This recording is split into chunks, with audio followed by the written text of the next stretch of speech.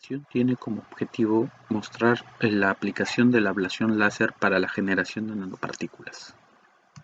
En principio, para lograr una ablación láser es sencillo, es tan igual como cuando uno usa una lupa para concentrar la luz solar sobre un papel y quemarlo.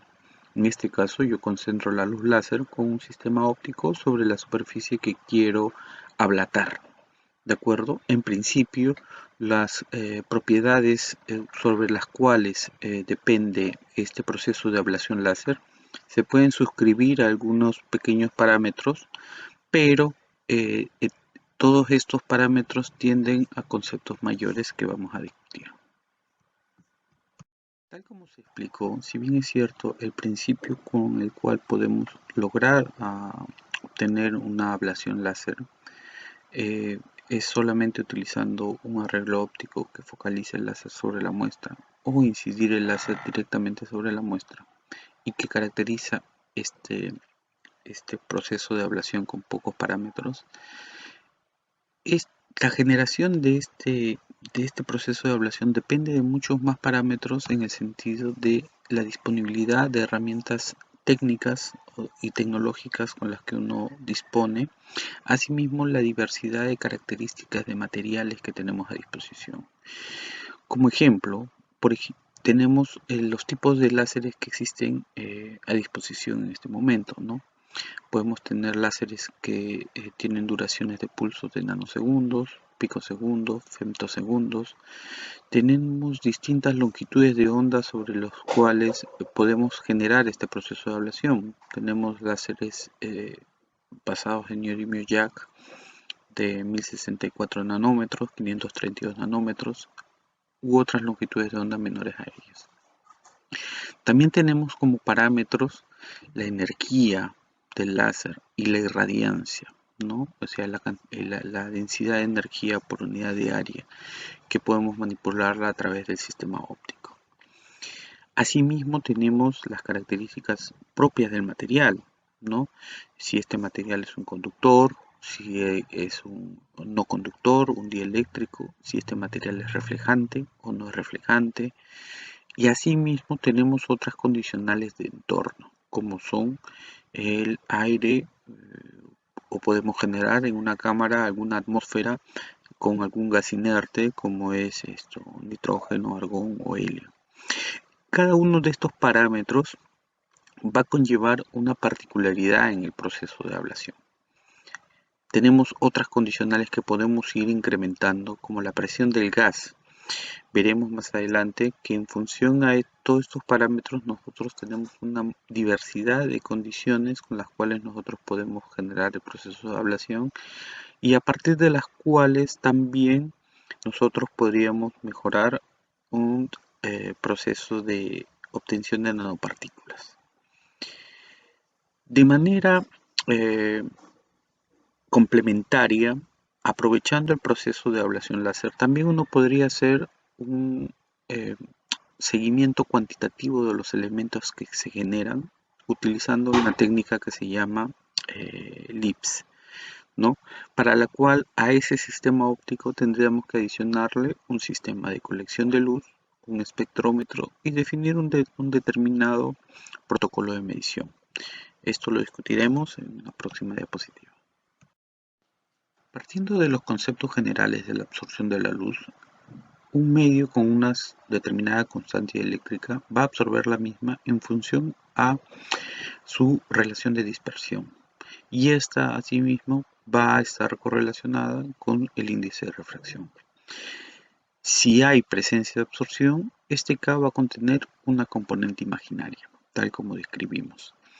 Y esta componente imaginaria correlaciona la constante dieléctrica por una parte y la conductividad por otra.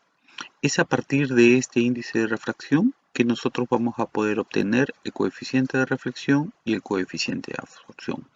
Pero ¿cuál es la física involucrada entre esta constante dieléctrica y la conductividad? Analizaremos el caso de conductores, y para ello nos vamos a basar en el modelo de absorción de Drude, ¿no? Los electrones se encuentran en un movimiento clásico, ¿no? Bajo la acción del láser. Y bajo esta premisa Si nosotros analizamos un fenómeno sin colisión, estamos hablando de que la conductividad es un parámetro imaginario, por lo cual tendríamos epsilon sub 1 igual a 1 menos omega del plasma sobre omega y epsilon sub 2 0. De esta manera nosotros podemos determinar una frecuencia de plasma, ¿no? Determinado por esta raíz. ¿De acuerdo? Analizando esto, podemos indicar que si tenemos una frecuencia mucho menor que esta frecuencia del plasma, estamos hablando de una reflexión total. Y si tenemos un omega igual al omega del plasma, tenemos una absorción resonante. ¿De acuerdo? Si a este fenómeno o a esta aproximación nosotros consideramos que existe una colisión en el tiempo, entonces vamos a redefinir estos parámetros de absorción con estos nuevos términos para los cuales nosotros podemos estimar que epsilon sub 1 sería igual al epsilon sin absorción solo para el caso en que el tiempo de colisiones sea aproximadamente 10 a la menos 13 segundos, ¿no? Analizamos entonces para el caso de conductores cómo ocurren las transiciones interbandas, ¿no? Tenemos que la conductividad interbanda tiene esta expresión sigma de 1/3 pi sobre omega b h barra m y la sumatoria de todo este término grande. Y asimismo tenemos cómo ocurren o cómo están las densidades de estado para cada uno de los niveles de los electrones D y electrones libres. A partir de esto observamos que existe una fuerte dependencia de la longitud de onda, principalmente en el rango visible. Es de entender también que esta absorción va a depender de la morfología en la que se encuentra el material. Sabemos que el oro es amarillo, ¿de acuerdo? Pero que cambia este color característico a rojo si es que tenemos nanopartículas de oro, ¿no? Entonces, este proceso de absorción va a irse modificando conforme va evolucionando el material en este entorno de interacción con el láser, razón por la cual podríamos hablar de nuevos automodos, ¿no? En función a la teoría de Milla. Existen otros parámetros de absorción que también podrían ser considerados, que podrían incrementar la emisión de electrones, ¿no? A razón de las propias características de la superficie, si estas son irregulares. La presente diapositiva tiene como objetivo presentar cómo es la absorción del láser a razón del propio plasma. Entonces mostramos cómo es un arreglo experimental en el cual nosotros tenemos un pequeño orificio que hacemos sobre el material en estudio, ¿no? Vemos cómo el láser incide sobre ese material, se genera el plasma, pero este láser propiamente también es absorbido por el plasma. En el gráfico de la derecha vemos cómo se atenúa el láser al compararlo con el perfil incidente. Este plasma que se sostiene en el tiempo es creado a través de tres mecanismos. El primero es la fotoionización. Esta fotoionización es la generación de los primeros electrones que se obtienen después de la primera interacción de la luz con el material. Luego pasamos al Bremsstrahlung inverso, en el cual se genera la colisión entre electrones y átomos, ¿no? Entonces, a razón de esta colisión, los electrones empiezan a aumentar. Y finalmente tenemos el Bremsstrahlung inverso, ¿no? En el cual ya tenemos colisiones de electrones con iones, ¿no? Y esto genera un aumento que se debe sostener en el tiempo de duración del pulso láser. La duración del pulso láser es un parámetro relevante en la generación del plasma. Podemos observar que para alcanzar el umbral plasma, comparando dos láseres, uno con una duración del pulso de 10 nanosegundos versus otro con una duración de 50 picosegundos, a un mismo parámetro de energía es más rápido alcanzar el umbral con un láser con una duración mucho más corta. ¿De acuerdo? Entonces, podemos indicar que la dependencia del umbral de ignición del plasma también tiene la misma dependencia como el umbral de ablación, es decir, a tiempos más cortos es más rápido alcanzar el umbral. El proceso de ablación también va a depender de la longitud de onda, tal como se observó en el modelo de Drude. Entonces, tenemos referencias tales que la absorción es mayor a longitudes de onda corta, ¿no? O que el coeficiente de absorción, como observamos, también depende íntimamente de la longitud de onda.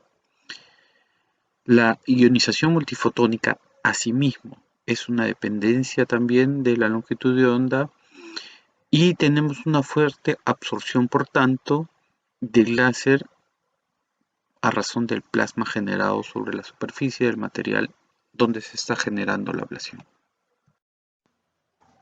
El gas ambiente que rodea el proceso de ablación láser también tiene un efecto sobre el mismo.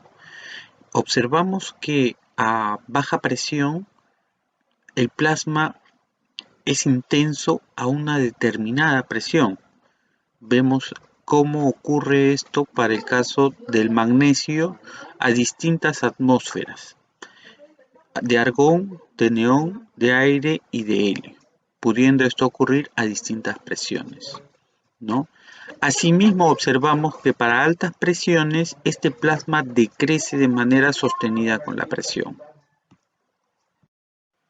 Habiendo descrito todos los parámetros que involucran la dinámica del plasma, podemos resumir de esta manera cómo es este comportamiento. El láser incide sobre el material se calienta, parte de ello es absorbido, parte de ello es expulsado, generando una onda de choque y generando asimismo una difusión térmica sobre el material en análisis. Todo esto evidentemente con un entorno que rodea este fenómeno. Los órdenes de magnitud en los que ocurre este fenómeno involucran que la temperatura del plasma puede alcanzar hasta los 100 electronvoltios, las presiones pueden alcanzar muchos pascales, la velocidad de interacción de 10 a la 4 metros por segundo, principalmente haciendo referencia a la onda de choque, y el tiempo de vida del plasma puede ir desde un microsegundo hasta algunas decenas de microsegundos. Un análisis por ombroscopía, como mostramos, se observa cómo es esta dinámica y cómo es que se extingue el plasma en el tiempo. La simulación mostrada presenta el proceso de ablación en todos sus aspectos, considerando cómo ocurre la absorción y considerando cómo es el proceso de expulsión de material, en los cuales podemos proyectar que podría ocurrir la generación de nanopartículas. Como describimos al inicio, el proceso de generación de nanopartículas a través de una interacción a razón de la ablación láser también nos permitiría poder implementar el sistema de ablación láser, pero para análisis, ¿no? La tecnología denominada LIPS. En este sistema que presentamos, vemos justamente la implementación de este sistema mixto, ¿no? Tenemos un sistema, un reactor de pirólisis láser, en el cual yo genero nanopartículas de carburo de silicio bajo distintas estequiometrías, ¿no? Y con una performance de generación de nanopartículas muy interesante. Y asimismo vemos que esta celda cruzada permitiría obtener a través de la técnica LIPS el análisis espectral del mismo plasma que genera la ablación láser. De esa manera nosotros podríamos hacer un seguimiento del proceso de producción de las nanopartículas en función a un análisis cuantitativo asociado al mismo. Por los resultados obtenidos, nosotros podemos observar cómo es que nosotros podemos hacer el seguimiento de la generación de nanopartículas en función a los distintos estadios que yo tengo que implementar en mi proceso de producción y en los cuales yo voy modificando no solamente los elementos que generan las nanopartículas, sino también la atmósfera o las propias condiciones del láser en las cuales yo hago operar mi sistema. En este caso vemos como la producción de los elementos de silicio y carbono, que son aquellos que van a generar las nanopartículas de carburo de silicio, son inyectados de manera independiente y se van mezclando para al fin tener las nanopartículas. Entonces esto es una muestra clara de que el proceso de generación de nanopartículas y seguimiento es posible de implementar. La tecnología LIPS es fácil de implementar si nosotros suscribimos solamente el fenómeno de interacción del láser con el material y la colección de la luz. La gráfica presenta esta tecnología implementada a través de un arreglo de fibras ópticas, los cuales muestran una buena performance en el análisis cuantitativo de magnesio sobre aluminio. Bajo las características en que la profundidad de ablación es de 50 nanómetros y en los pulsos láseres se ocurren sobre acero, observamos también una buena linealidad y un buen límite de detección. A razón de esto, es una técnica importante basada en ablación láser para el análisis de superficies.